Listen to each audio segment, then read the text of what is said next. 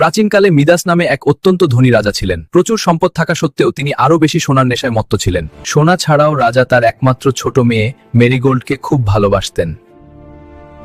সোনা ছাড়াও রাজা মনে করতেন যত বেশি সোনা থাকবে তার মেয়ে তত সুখে থাকবে। একদিন এক দেবতা রাজার ওপর সন্তুষ্ট হয়ে তাকে একটি বর দিতে চাইলেন। লোভী রাজা ভাবলেন এটাই সেরা সুযোগ। রাজা চাইলেন তিনি যা কিছু স্পর্শ করবেন তা যেন সোনা হয়ে যায়। সাবধান, এই পথে যেও না। আমি আমার দাবিতে অটল থাকলাম। পরের দিন সকালে রাজা পরীক্ষা করতে গিয়ে দেখলেন তার বিছানা, চেয়ার ও ঘরের আসবাবপত্র স্পর্শ করতে সেগুলো দামি সোনায় পরিণত হচ্ছে। রাজা খুশিতে পাগল হয়ে বাগানে ছুটে গেলেন। তিনি যত ফুল ও গাছ স্পর্শ করলেন সব চকচকে সোনায় ভরে গেল। তিনি নিজেকে পৃথিবীর সবচেয়ে ভাগ্যবান মনে করলেন। কিছুক্ষণ পর রাজা যখন খেতে বসলেন দেখা দিল মহাবিপদ।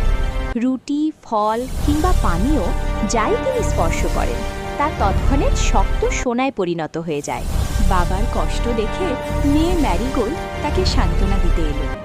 রাজা আদর করে তাকে জড়িয়ে ধরতেই জ্যান্ত মেয়েটি একটি নিষ্প্রাণ সোনার মূর্তিতে পরিণত হলো।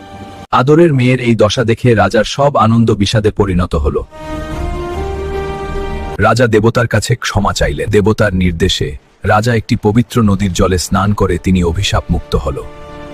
রাজা মিদাসের এই গল্পটি থেকে আমরা অত্যন্ত গুরুত্বপূর্ণ কিছু জীবনমুখী শিক্ষা পাই। মানুষের যখন যা আছে তাতে সন্তুষ্ট না হয়ে আরও পাওয়ার তীব্র আকাঙ্ক্ষা করে তখন সে নিজের বর্তমান সুখকেও হারিয়ে ফেলে। রাজার প্রচুর সোনা ছিল, কিন্তু আরও সোনার লোভ তার জীবনকে বিষাদময়। ভিডিওটি ভালো লাগলে লাইক, শেয়ার অ্যান্ড সাবস্ক্রাইব করবেন।